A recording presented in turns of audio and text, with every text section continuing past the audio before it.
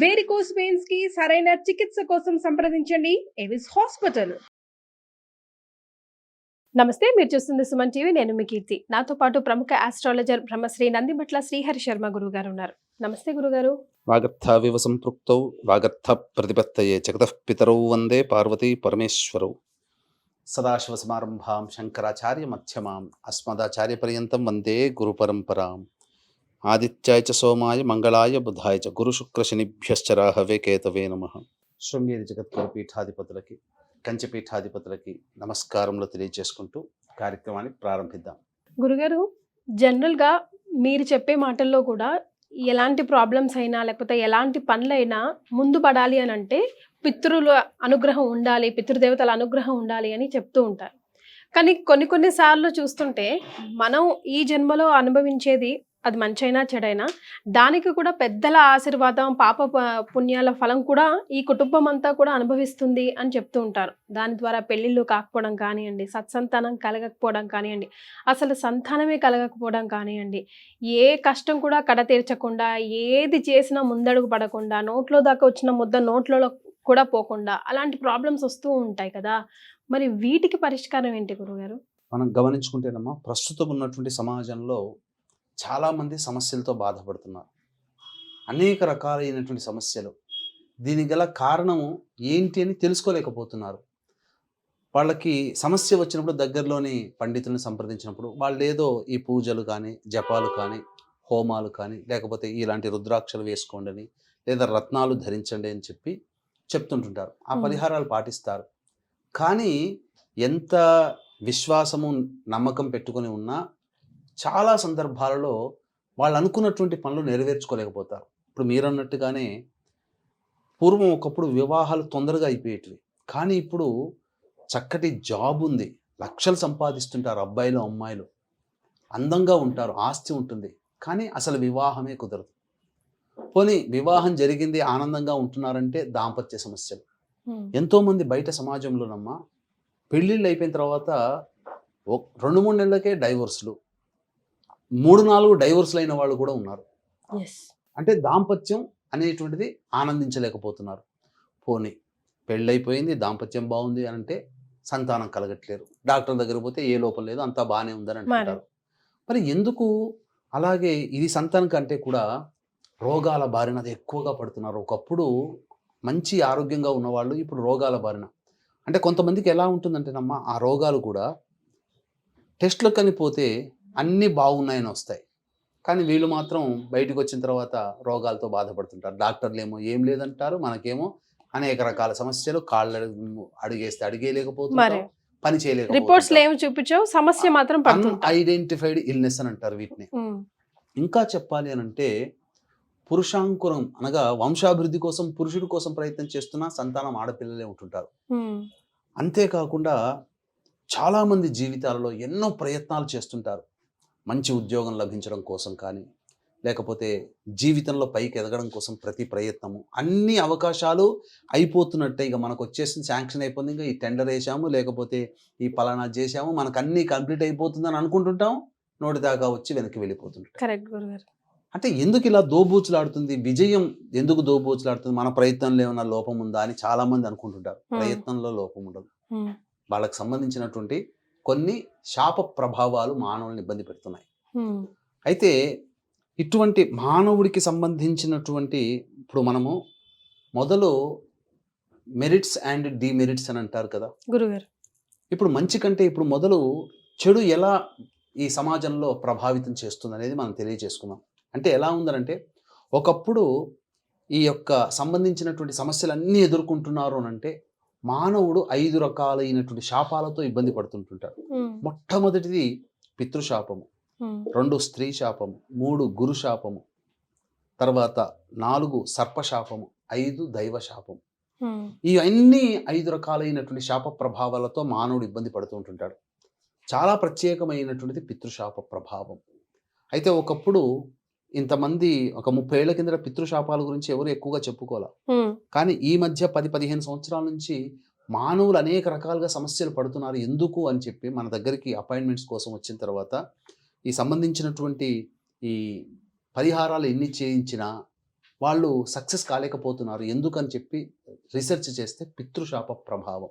ఆ, కాబట్టి 2013 సంవత్సరంలో నుంచి ఈ పితృశాప ప్రభావాల గురించి బాగా రీసెర్చ్ చేసి ఉండడం, ఆ 2013 నుంచే అనేక పరిహార క్రియలు అనేటువంటివి చేయించడం జరుగుతుందమ్మా. yes. గత 15 సంవత్సరాలుగా ఈ పితృదోష పరిహారాలు అనేటువంటివి మన పీఠం ఆధ్వర్యంలో జరపబడుతున్నాయి.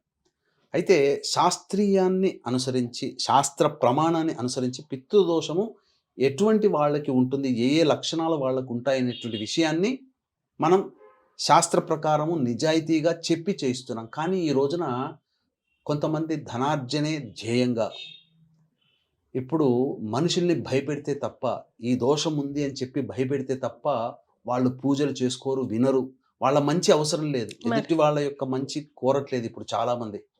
అంటే మనం ఒకళ్ళని విమర్శించడానికని కాదు, కానీ సమాజంలో జరుగుతున్నటువంటి చెడును కూడా మనము గుర్తించలేకపోతే అప్పుడు ఆ లోపం ఎవరికి అవుతుంది, ఆ యొక్క ఇంపాక్ట్ ఎవరికి అవుతుంది, ఎవరు మోసపోతారు, ఎవరు నష్టపోతారు, మోసపోయిన వాళ్ళే నష్టపోతారు. ఎలాంటి మోసం పోతున్నారు అంటే గురుగారు, శాస్త్ర ప్రకారం కొన్ని లక్షణాలు చెప్పబడ్డాయి, అంటే పితృదోషము లక్షణాలు చెప్పబడ్డాయి. ఫర్ కానీ ఎగ్జాంపుల్ మోసము చేసేటువంటి విధంగా ఎలాంటి మాటలు వస్తున్నాయంటే ఇప్పుడు ఉన్నవే 27 నక్షత్రాలు.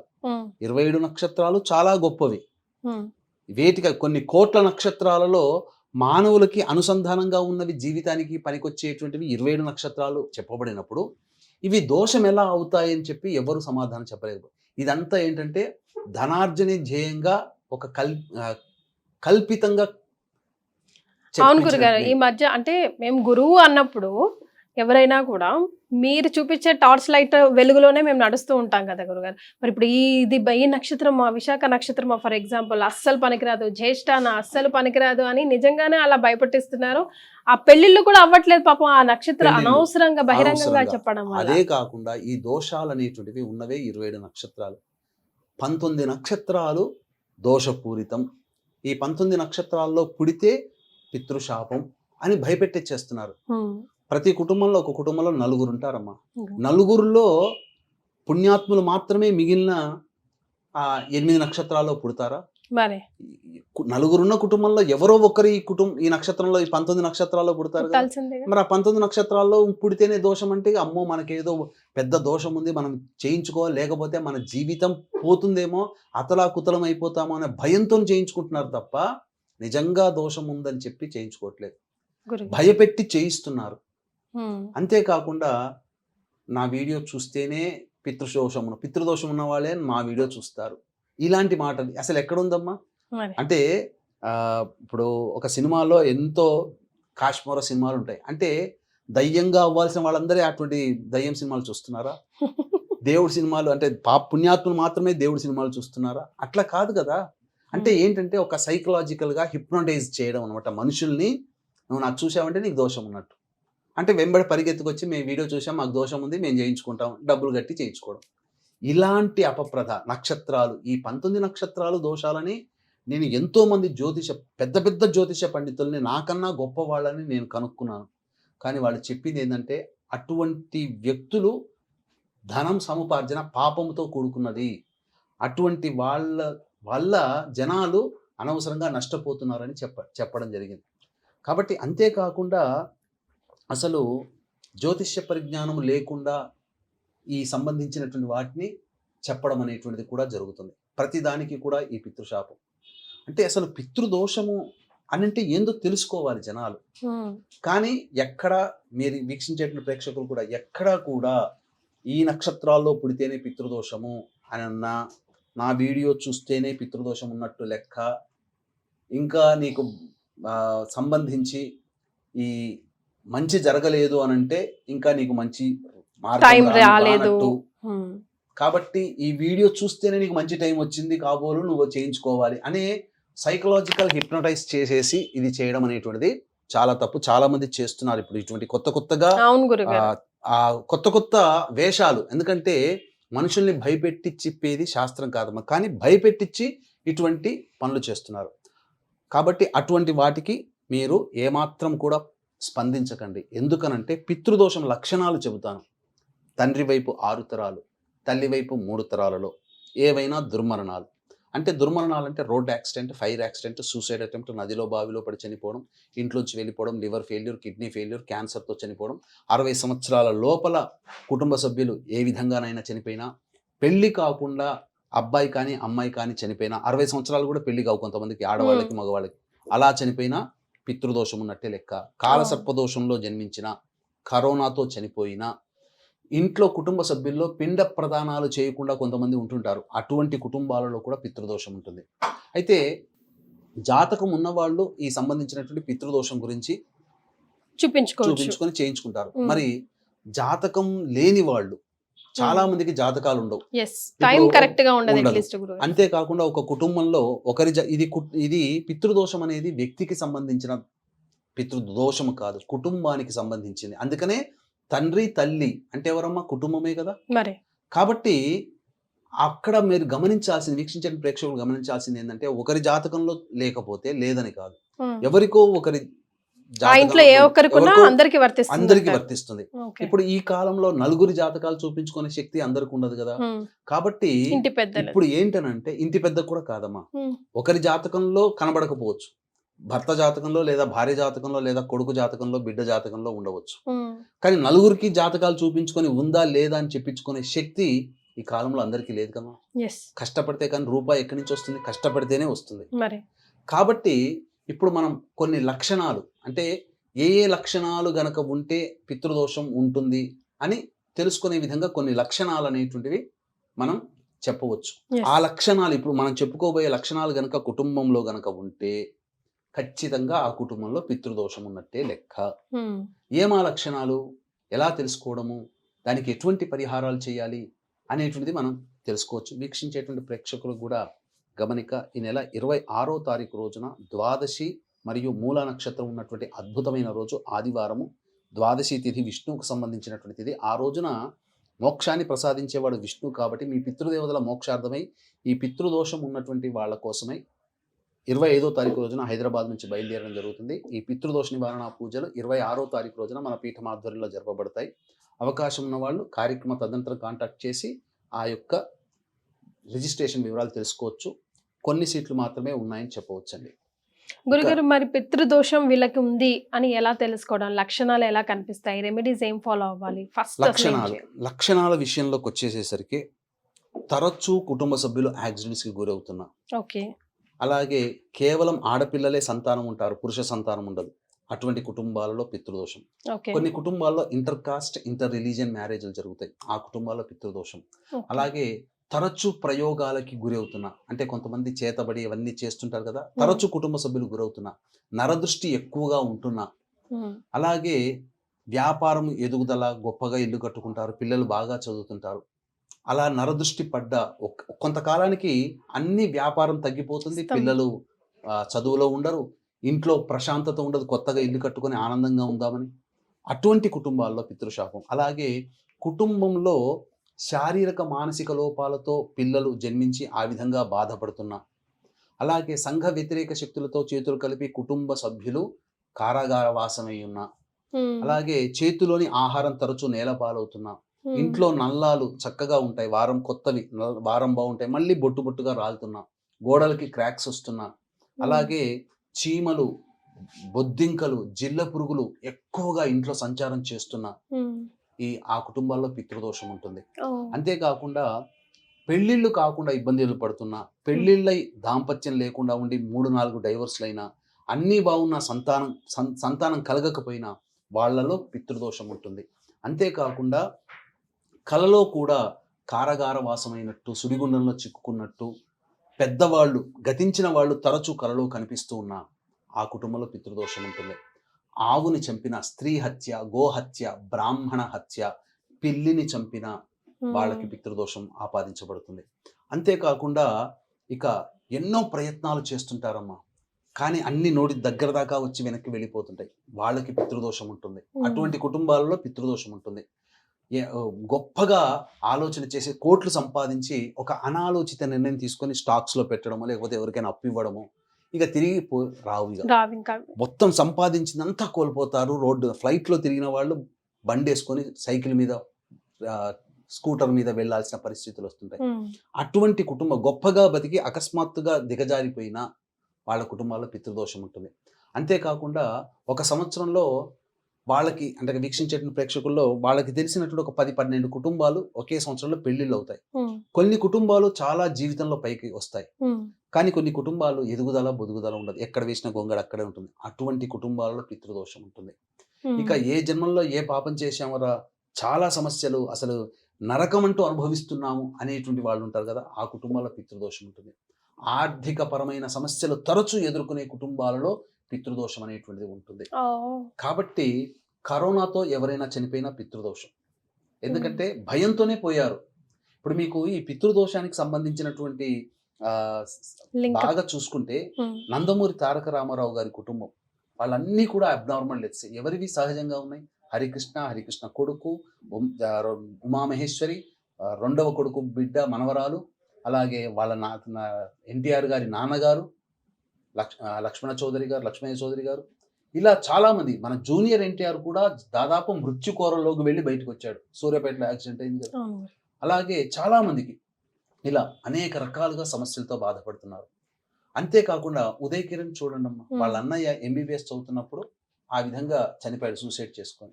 తదనంతరం ఉదయ్ కిరణ్ జీవితంలో ఉవ్వెత్తున జీవితంలో పైకి ఎదిగాడు, కానీ అకస్మాత్తుగా అధపాతాళాలను పడిపోయి తాను సూసైడ్ చేసుకోవాల్సి వచ్చింది.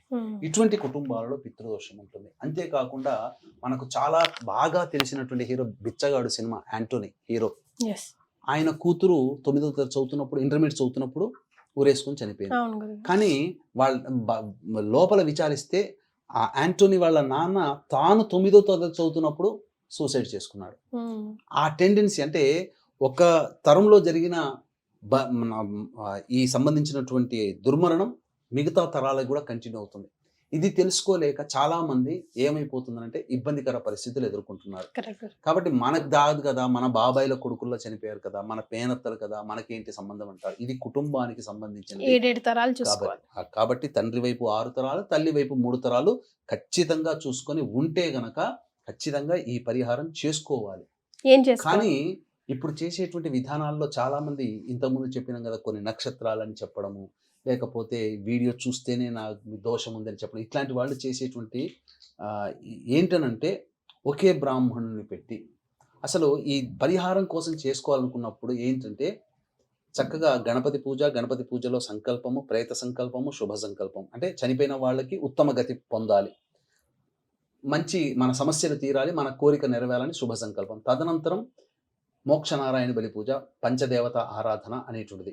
6 దేవతల్ని ఆరాధన చేస్తారు. విష్ణువు, బ్రహ్మ, రుద్రుడు, సవిత్రుడు, అలాగే పితృదేవతలు, యముడు, వీళ్ళందరినీ కూడా. తదనంతరం ఎవరైతే దుర్మరణం పాలై ఉన్నారో వాళ్ళకి పేరు పేరున ఆవాహనం, తర్పణం. సాధారణ పాలైన వాళ్ళది పేరు పేరున ఆవాహనం, తర్పణం. తదనంతరం త్రిపిండి, తదనంతరం పంచప్రాయశ్చిత్త హోమాలు జరుగుతాయి.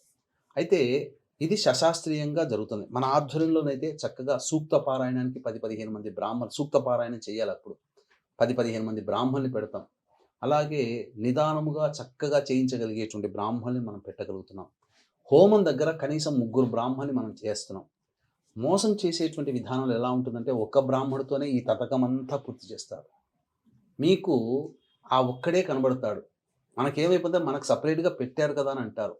కానీ అక్కడ ఏమైపోతుందంటే హోమం చేసేటప్పుడు కనీసం 3-4 బ్రాహ్మణులైనా ఉండాలి. ఉంటేనే ఆ హోమంలో చేసినటువంటి సంఖ్యకి పరిపూర్ణత వస్తుంది. కానీ ఒక బ్రాహ్మణుడు చేస్తే ఆ హోమం పూర్తిగా చేయలేదు. పైగా సూక్త పారాయణం చేయట్లేదు. తూతూ మంత్రముగా గంటన్నరలో ఈ యొక్క పరిహారాన్ని పూర్తి చేస్తున్నారు మోసం చేసేవాళ్ళు. యాక్చువల్గా అయితే 3-4 గంటలు పడుతుందమ్మా. ఈ పితృదోషం అనేటువంటిది 3-4 గంటల పరిహారం పడుతుంది. హోమం దగ్గర ఉండే బ్రాహ్మణ సంఖ్య, సూక్త పారాయణం చేసేటువంటి బ్రాహ్మణ సంఖ్య. అందుకనే డబ్బులు ఎవరికి ఊరికే రావమ్మా. కాబట్టి ఖచ్చితంగా అడగండి. మనం ఇంత ఖర్చు పెడుతున్నప్పుడు, వేలు ఖర్చు పెడుతున్నప్పుడు ఎందుకు ఇంతమంది బ్రాహ్మణులు పెట్టలేకపోయారు అని ఖచ్చితంగా అడగాలి. అడిగితేనే, ఎందుకనంటే చెప్పేటప్పుడు మనిషిని హిప్నటైజ్ చేసే విధంగా చెప్పి తీసుకొని వాళ్ళకి తక్కువ విధానంతో చేయిస్తున్నారు. అదిగాక ఒకే వ్యక్తి దగ్గర చేయించే శక్తి ఉంటే ఒక్క దగ్గరనే మంచి పరిహారం ఉంటుంది. తీసుకుపోయి గుంపులుగా తీసుకుపోయి 4 చోట్ల విసిరేస్తున్నట్టుగా నలుగురు దగ్గర చేయిస్తుంటారు. అందువల్ల ఏమైపోతుందంటే ఒక వ్యక్తి అయితే సరిగ్గా ఎవరు చేయగలుగుతారో మనం చెప్పగలం. నలుగురు చోట్ల 4 రకాలుగా ఎవరు చేయిస్తారు? కాబట్టి ఇదంతా కూడా ధనార్జనే ధ్యేయంగా పాపపు కృత్యములతో చేస్తున్నటువంటి పనులు. దీనివల్ల ఏమవుతుంది?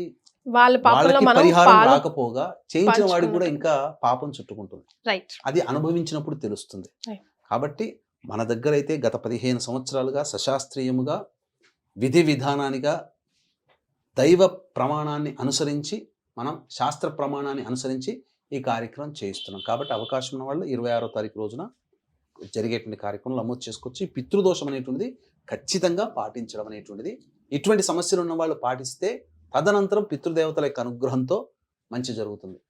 రైట్. చాలా సంతోషం గురుగారు. ధన్యవాదాలు. సర్వం శ్రీ ఉమామహేశ్వర పరబ్రహ్మార్పణమస్తు.